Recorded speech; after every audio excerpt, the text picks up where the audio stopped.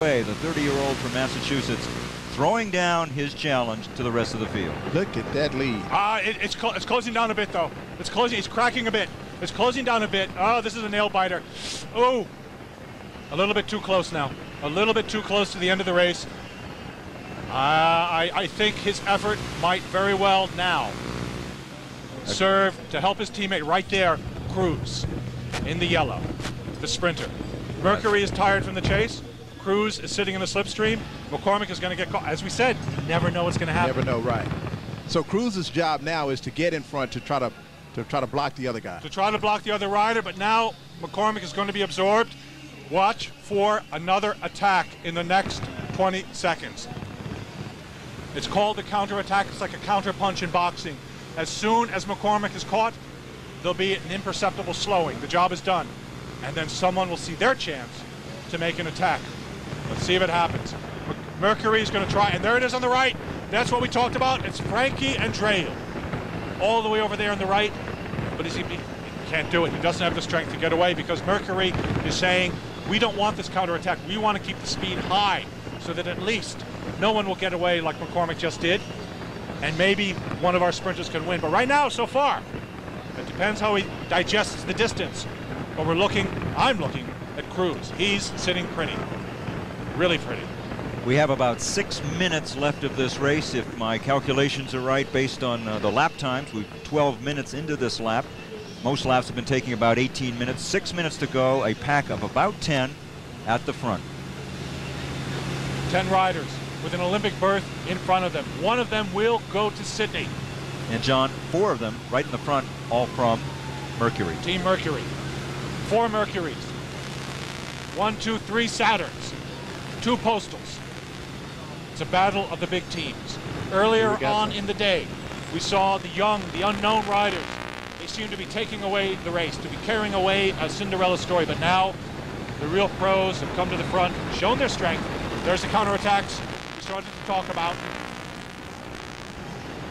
It's going to be a lot of movement as we get closer and closer and closer to the end of this bike race. Riders are going to take their chances. Now I'm looking for other Postal Service riders in this lead group to help Andreu, and I don't see them. I only see him in this group. I believe that's Dylan Casey in the back there. And okay. Another attack by a Saturn rider. That's 25. It's McCormick again. Wow. No, Trent Klasner. Nope. No. Trent Klasner. Trent Klasner, who was in front all day earlier today. We thought we had buried him long ago. And Frankie look at this. Look at that. Andreu just zipped right past him. Andreu frustrated. Andreu not knowing quite what to do. Can he get away? He can't get away. Now this is what we call in bicycle racing the cat and mouse. The attack, the gauging, the fake attack. And then sometimes the real attack happens. Now they're all testing one another, seeing who's got the legs, who's responding. There's an attack. There's a real attack. Another one going.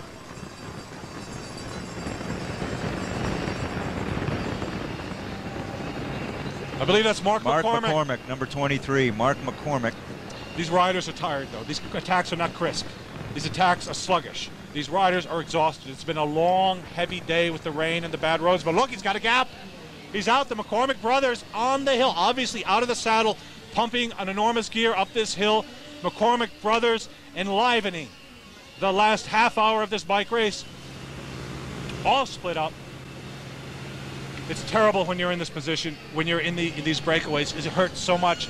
You can't believe it. You go, you chase somebody, you catch, you think it's over, and then wham, someone comes down the right side, and you go again, you chase, you catch them, wham, somebody goes again, and it's just, you can't believe how hard it is, and that's what's going on here today. Now, McCormick out in front.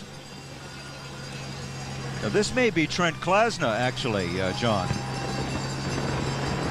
Do we have the numbers right? Yes, number 25, we can see it. Yes. It's Trent Klasner. Trent Klasner. Trent Klasner. Trent Klasner coming up the straightaway on his own. Trent Klasner staying away.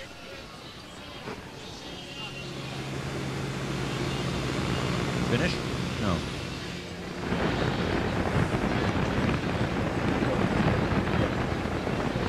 Fans have lined the start-finish line.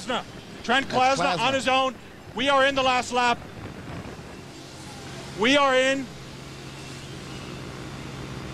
the ultimate minutes, the last minutes of an Olympic berth.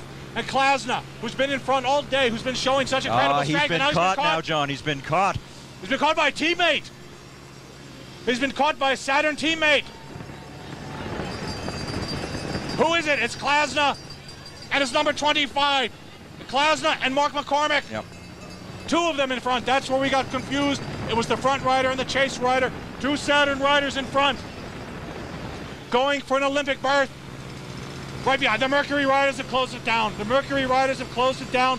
Antonio Cruz sitting in third position. His teammates setting this up to perfection for him. Frankie Andreu. Now he's got to make a decision. Now the riders have to decide, do I attack or do I wait for the sprint? There goes the Postal Service. There goes the Postal Service. Dylan Casey, the powerful time trialist, making one last effort to set up the sprint, to win the sprint. Now the sprint is on. The sprint is on. The sprint is on, and it is a Saturn rider. It is Antonio Cruz. Antonio Cruz has won the Olympic trials. He goes to Sydney, Australia after a perfect ride by his Saturn teammates. What a race. Antonio Cruz, the man who came in 10th in the time trials, has just received a berth to Sydney, Australia. My, what a race. Look at the face. What a Cinderella story. United States National Criterium champion in his first year of professionalism. Now he's going to Olympics. Look at the joy on his face. Look at the accomplishment. What a race. What a bike rider. What a future. Antonio Cruz earning the spot to go to Sydney. And there's the replay across the finish. And look at the Saturn teammates, hands in the air, because the entire team won this race. It took an entire team to put Cruz in Sydney.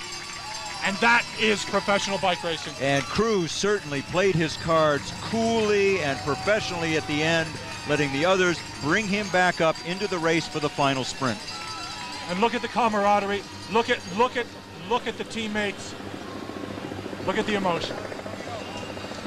What he must be thinking. 5 hours, 21 minutes, 32 seconds. Look at the tears. A tremendous job by Antonio Cruz, 28 years old, out of Long Beach, California.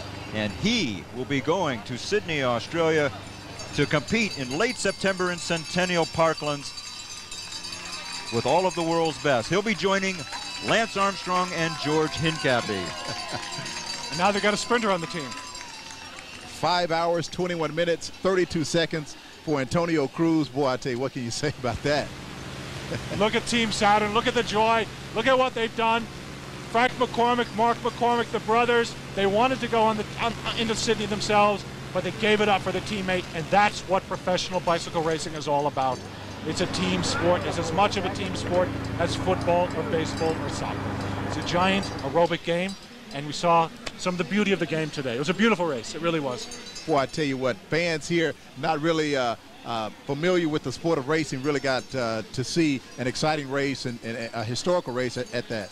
And certainly some courageous efforts throughout the race. We had Eddie Gregas, we had Nickman, we had the two Saturn riders at the end, the two McCormick brothers, and then finally Cruz coming through in the last couple hundred yards.